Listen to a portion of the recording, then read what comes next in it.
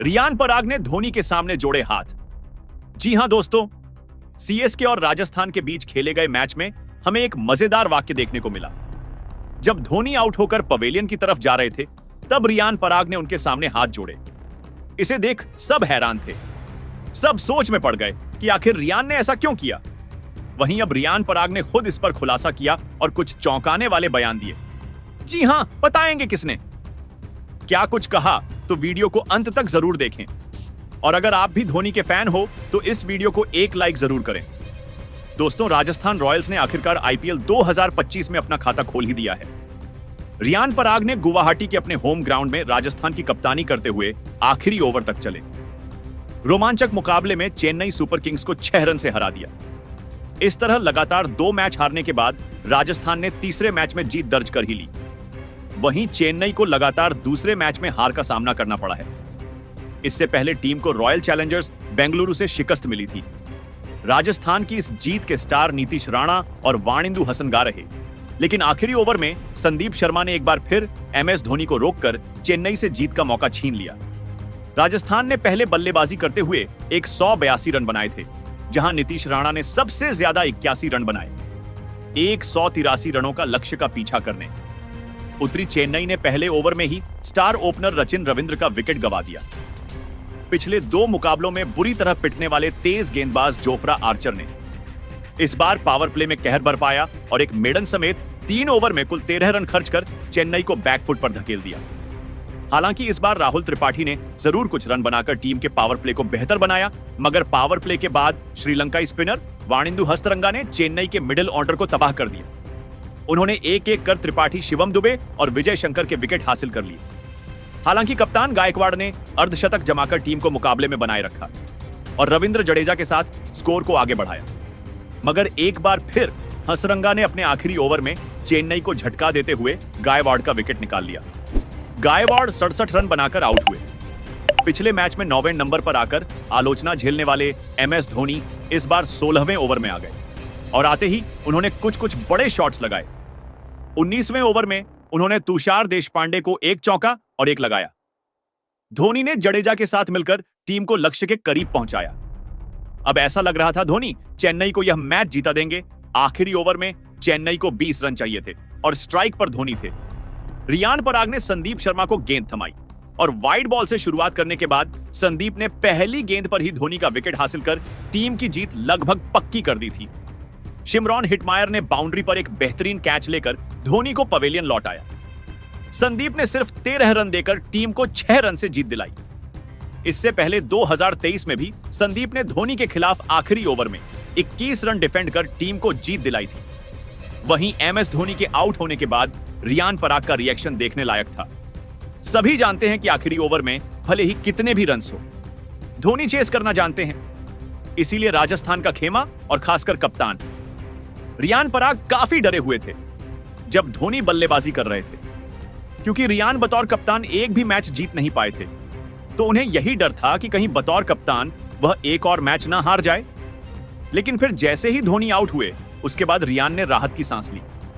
Out होने के बाद जब धोनी ड्रेसिंग रूम जा रहे थे, तब रियान पराग का रिएक्शन देखने लायक था। रियान ने धोनी के सामने अपने हाथ ही जोड़ लिए थे। रियान जानते थे कि अगर धोनी टिक जाते तो सीएसके यह मैच जीत जाती। इसीलिए रियान का ऐसा रिएक्शन निकला। इसकी पूरी वीडियो की लिंक आपको डिस्क्रिप्शन पर मिल जाएगी। वही मैच के बाद जब रियान पराग से इसके बारे में पूछा गया तो उन्होंने दिल छू लेने वाला जवाब दिया। रियान ने कहा, मैंने धोनी सर के सामने हाथ इसलिए जोड़े क्योंकि वह हमारे क्रिकेट के भगवान हैं। मैंने बचपन से उन्हें मैच जिताते देखा है। जब धोनी सर क्रीज पर होते हैं तो कोई भी टारगेट असंभव नहीं लगता। जिस तरह से वह मैच को फिनिश करते हैं, वह हमेशा जादुई होता है। रियान ने आगे कहा, धोनी सर के सामने बतौर कप्तान खेलना मेरे लिए बहुत बड़ा सपना था। जब मैं छोटा था तब उन्हें टीवी पर देखकर खुद को उनकी तरह खेलने की कल्पना करता था। आज जब मैं राजस्थान का कप्तान बना और मेरा पहला जीत का मौका धोनी सर के खिलाफ था, तो मेरे लिए इससे बड़ा कोई पल नहीं हो सकता था। आखिरी ओवर के बारे में बात करते हुए रियान ने कहा, जब धोनी सर बल्लेबाजी कर रहे थे और हमें आखिरी ओवर में 20 रन बचाने थे, तब मेरे हाथ पैर कांप रहे थे। मैं जानता था कि अगर धोनी सर क्रीज पर है तो यह स्कोर बहुत छोटा है। मैंने संदीप से कहा था कि बस एक विकेट निकाल दो, वरना हम मैच हार सकते हैं। जब संदीप ने धोनी सर का विकेट लिया तो मेरी सांस में सांस आई, लेकिन जैसे ही धोनी सर पवेलियन की ओर लौटने लगे, मेरे हाथ खुद जुड़ गए। यह मेरे अंदर से खुद ब खुद आया। यह उनके प्रति मेरा सम्मान था। मैं उनके सामने कुछ और नहीं कर सकता था। वह मेरे आदर्श हैं और रहेंगे। अगर वह आउट नहीं होते तो शायद हम यह मैच हार जाते। रियान ने हंसते हुए कहा। कई लोग कह रहे थे कि मैंने डर के मारे हाथ जोड़े, लेकिन ऐसा नहीं है। यह सिर्फ मेरा धोनी सर के लिए सम्मान दिखाने का तरीका था। जब वो बल्लेबाजी कर रहे होते हैं तो हर बॉलर और कप्तान को डर तो लगता ही है। अंत में रियान ने राजस्थान रॉयल्स के फैंस को धन्यवाद दिया और कहा, यह जीत हमारी टीम के लिए बहुत जरूरी थी। हमने पिछली 2 हार के बाद वापसी की और धोनी सर की टीम को हराना हमारे लिए बहुत खास है। लेकिन मैं हमेशा धोनी सर का फैन रहूंगा दोस्तों। रियान पराग ने धोनी पर ऐसा बयान देकर सभी का दिल जीत लिया। इस पर अपनी राय कमेंट जरूर करें। वहीं इस हार ने MS धोनी को काफी हैरान कर दिया, जिसके बाद धोनी ने चौंका देने वाली बात कही। मैच के बाद जब धोनी से इस हार के बारे में और CSK के खराब प्रदर्शन पर पूछा गया तो धोनी ने बात करते हुए कहा कि मैं बेहद ही निराश हूं कि हमारी टीम आज मैच नहीं जीत पाई। बतौर टीम हम वैसा नहीं खेल पा रहे हैं जैसे कि हमसे उम्मीद की जाती है। जब से मैंने कप्तानी छोड़ दी है तब से हमारी टीम दिशा ही भटक गई है। पहले हर एक टीम हमारे खिलाफ खेलने से डरते थे, लेकिन आज छोटी से छोटी टीम भी हमें हराकर जा रही है। पिछले मैच में तो RCB ने हमारे ही घर में आकर हमें हरा दिया। वो भी 2008 के बाद पहली बार उन्होंने ऐसा किया। इस बात ने हमें काफी गहरा सदमा दे दिया और शायद उसी 2008 के बाद पहली बार उन्होंने ऐसा किया। इस बात ने हमें काफी गहरा सदमा दे दिया और शायद उसी 2008 के बाद पहली बार उन्होंने ऐसा किया। इस बात ने हमें काफी गहरा सदमा दे दिया और शायद उसी 2008 के बाद पहली बार उन्होंने ऐसा किया। इस बात ने हमें काफी गहरा सदमा दे दिया और शायद उसी 2008 के बाद पहली बार उन्होंने ऐसा किया। इस बात ने हमें काफी गहरा सदमा दे दिया और शायद उसी 2008 के बाद पहली बार उन्होंने ऐसा किया। इस बात ने हमें काफी गहरा सदमा दे दिया और शायद उसी 2008 के बाद पहली बार उन्होंने ऐसा किया। इस बात ने हमें काफी गहरा सदमा दे दिया और शायद उसी 2008 के बाद पहली बार उन्होंने ऐसा किया। इस बात ने हमें काफी गहरा सदमा दे दिया और शायद उसी 2008 के बाद पहली बार उन्होंने ऐसा किया। इस बात ने हमें काफी गहरा सदमा दे दिया और शायद उसी 2008 के बाद पहली बार उन्होंने ऐसा किया।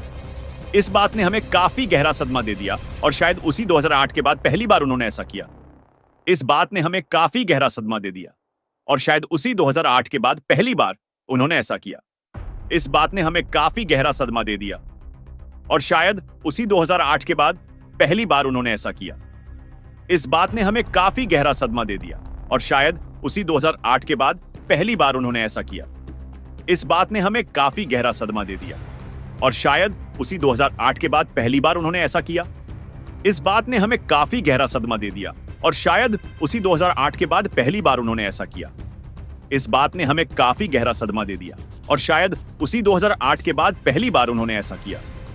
इस बात ने हमें काफी गहरा सदमा दे दिया और शायद उसी 2008 के बाद पहली बार उन्होंने ऐसा किया। इस बात ने हमें काफी गहरा सदमा दे दिया और शायद उसी 2008 के बाद पहली बार उन्होंने ऐसा किया। इस बात ने हमें काफी गहरा सदमा दे दिया